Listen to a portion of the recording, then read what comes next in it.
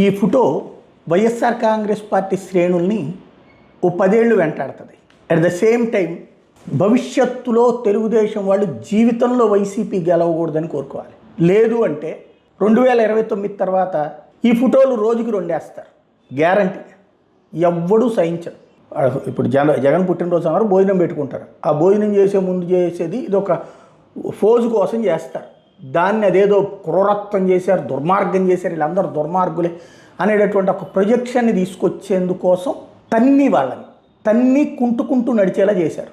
ఇది రేపు పొద్దున ఈ తన్నిన పోలీసులకి సమస్య. జగన్ రాకూడదని వీడు మనస్ఫూర్తిగా కోరుకోవాలి. జగన్ ఒకవేళ వచ్చినా ఇవన్నీ చెయ్యకూడదు, వీటన్నిటిని పట్టించుకోకూడదని ఫీల్ అవ్వాలి. మనస్ఫూర్తిగా దేవుణ్ణి ప్రార్థించుకోవాలి.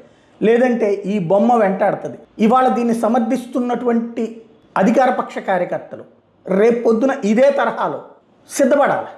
ఏదో ఒక అంశంలో ఇట్లాగే చేస్తారు. ఒక భూమిని కబ్జా చేశాడు, వాడిని తన్ని రోడ్డు మీద నడిపించామంటే ఒక అర్థం ఉంది. ఒక పేదవాడి ఇంటిని కూల్చి ఇంకొకడు పెద్దోడు కట్టుకున్నాడు, వాడిని తన్ని ఇలా చేశారంటే ఒక అర్థం ఉంది. ఇలాంటి చోట కార్యకర్తలాడు ఇలాంటి వాళ్ళని ఇలా కొట్టి అదేదో యోగి ఆదిత్యనాథ్ ట్రీట్మెంట్ అంటూ తప్పుడు సమాచారం ఇస్తున్నారు. యోగి ఆదిత్యనాథ్ ఇట్లా అమాయకుల్ని లేకపోతే చిన్న చితక వాళ్ళని తీసుకెళ్ళి చేయలేదు, దుర్మార్గుల్ని వెంటాడాడు. ఇక్కడ దుర్మార్గులు వెంటాడడం చేత కావట్లేదు, ఇంకా దుర్మార్గం చేస్తున్నాం మెడికల్ కళాశాలలో దోచిపెట్టేసేసి. కాబట్టి ఖచ్చితంగా భవిష్యత్తులో జగన్ జీవితంలో రాకూడదని యజ్ఞాలు యాగాదులు పూజలు చేయించుకోవడం బెటరు. ఇక మీరు గెలవాలని పూజలు యాగాలు మొదలు పెట్టండి.